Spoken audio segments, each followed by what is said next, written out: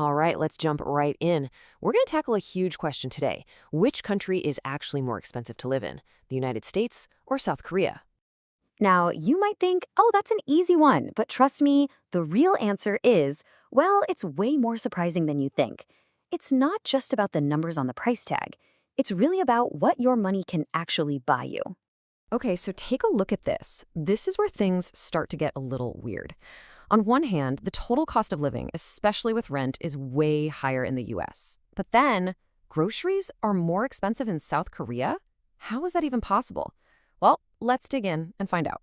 First up, let's talk about the biggest chunk of anyone's budget, housing. And believe me, this is where you see just how differently these two countries operate. So if you just look at the monthly rent, wow, the US looks crazy expensive, right? I mean, on average, rent is over 150% higher. But that's just one way to pay for a place to live. In South Korea, they have this whole other system. What if I told you you could live somewhere without paying any rent at all? No, seriously. In South Korea, there's a super common system that makes this possible. It's a total game changer.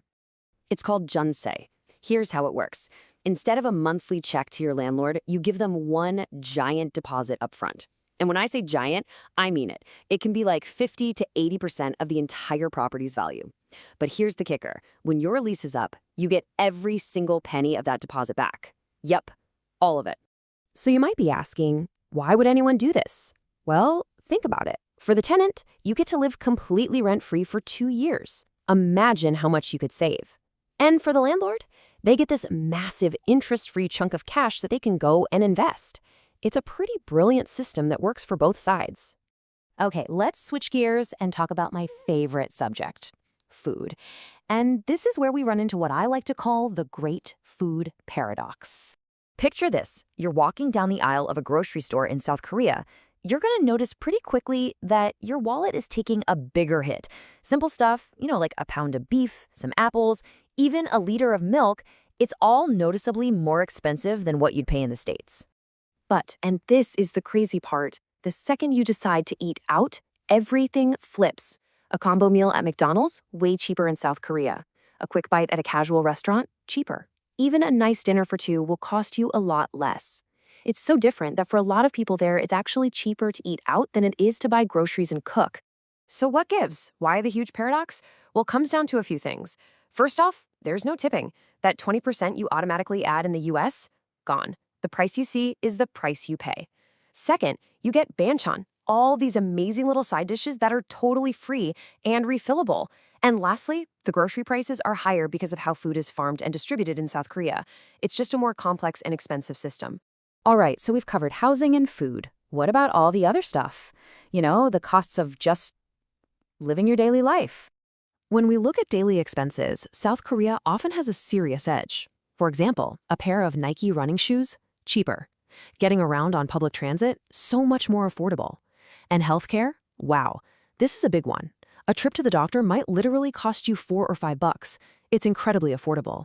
But all of this, the rent, the food, the Nikes, it's all missing the single most important piece of the puzzle.